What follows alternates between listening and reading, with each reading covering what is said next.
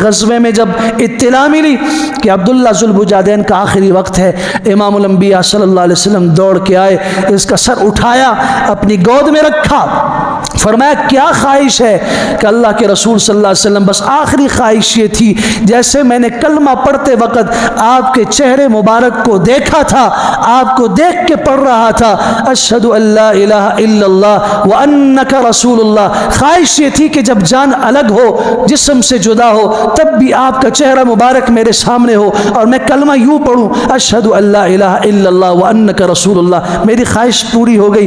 حضور اقدس صلی اللہ علیہ وسلم کی آنکھوں سے آنسوؤں کی برسات اس صحابی کے چہرے پہ گر رہی ہے اور وہ یوں حضور کو دیکھتے ہوئے کلمہ پڑھا اشہد ان لا الہ الا اللہ وانک رسول اللہ۔ روح پرواز کر گئی۔ قبر کی کھدائی میں حضور نے خود حصہ لیا، قبر میں اتارنے کی باری آئی، آپ علیہ السلام خود قبر میں اترے اور فرمایا کہ یہ وہی تھا نا جب تنہا ہو کے 2 ٹاٹوں میں میرے پاس آیا تھا، اس کا کوئی رشتہ دار اس کو قبول کرنے کے لیے تیار نہیں تھا، اس کا بھائی بھی میں ہوں، اس کا چچا بھی میں ہوں، اس کا باپ اور سرپرست بھی میں ہوں، اس کو قبر میں اپنے ہاتھوں سے اتاروں گا۔ مجھے بتائیے کتنی بڑی عزت کی بات ہے کہ امام الانبیاء صلی اللہ علیہ وسلم خود قبر کھودنے میں شریک ہوں، پھر اس صحابی کو اپنے ہاتھوں سے پکڑ کے قبر میں اتار رہے ہوں، پھر مٹی ڈال رہے ہوں اور پھر دعا کر رہے ہوں اے اللہ تو گواہ بن جا ان صحابہ کی موجودگی میں اس عبداللہ سے راضی تھا، آج جب یہ ہم سے جدا ہو رہا ہے، آپ کی طرف آ رہا ہے، میں پھر اس سے راضی ہوں، اللہ تو بھی اس سے راضی ہو جا۔ دین کچھ مانگتا ہے، مجھ سے دین سوال کرتا ہے۔ ان لوگوں نے تو بہت کچھ کیا، اصحاب کہف کو دیکھ لیجئے، یہ کون لوگ تھے؟ یہ وزراء تھے، عام لوگ نہیں تھے۔ ان کا جو سرپرست تھا وہ بادشاہ کا داماد تھا، صرف کلمہ پڑھنے کی بنیاد پر ان پہ زمین تنگ کر دی گئی، جیلوں میں ڈال دیا گیا، کوڑے مارے گئے اور پھر وہاں سے نکل کے یہ غار میں 309 سال تک رہے ہیں، وہاں اللہ نے عزت دی۔ مجھے بتائیے یہ اللہ نے ذلیل کیا؟ آج اس دقیانوس کا نام رکھنے کے لیے کوئی دنیا میں تیار ہے جو اس زمانے میں بادشاہ تھا؟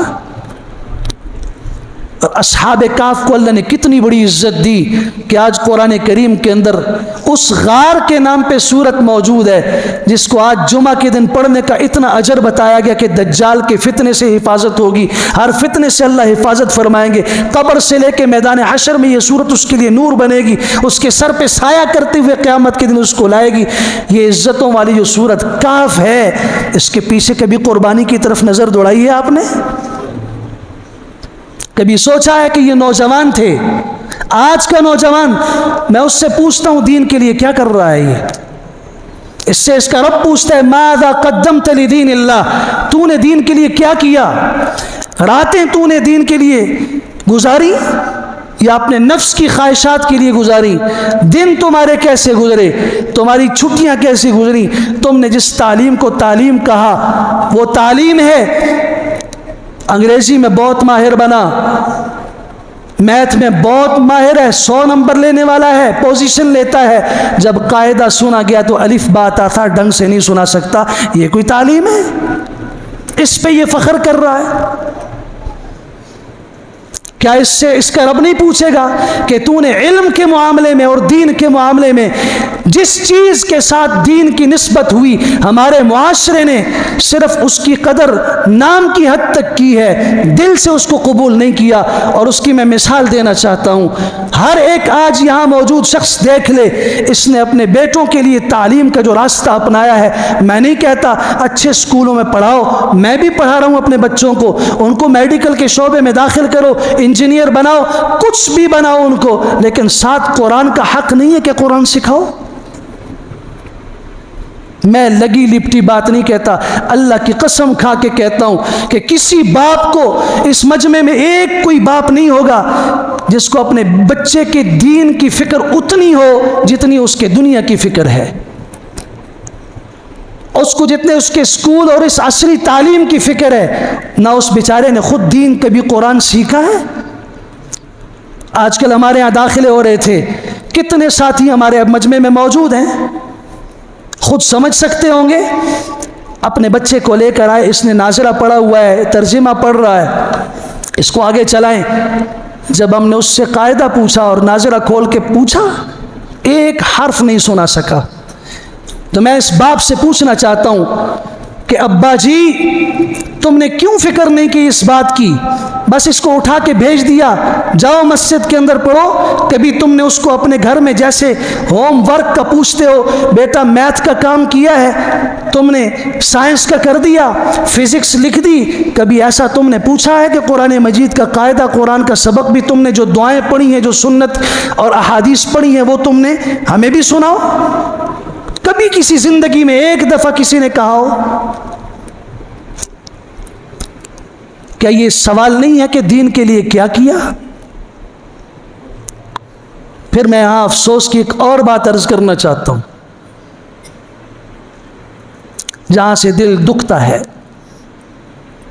کہ دین کے ساتھ ہمارا کیا معاملہ ہے، ہم اس کے لیے کیا قربانی دیں گے جان کی۔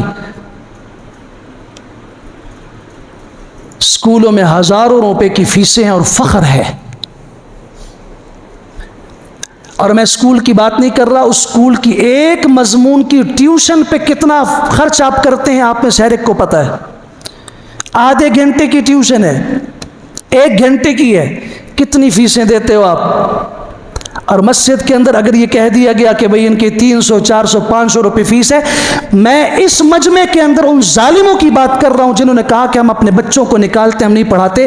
میرا اعلان کھل کے سن لو، ہم فیس نہیں لیتے آپ لوگوں سے، یہ آپ کی تعلیم پر، آپ کے بچوں کی تعلیم پہ خرچ تھا۔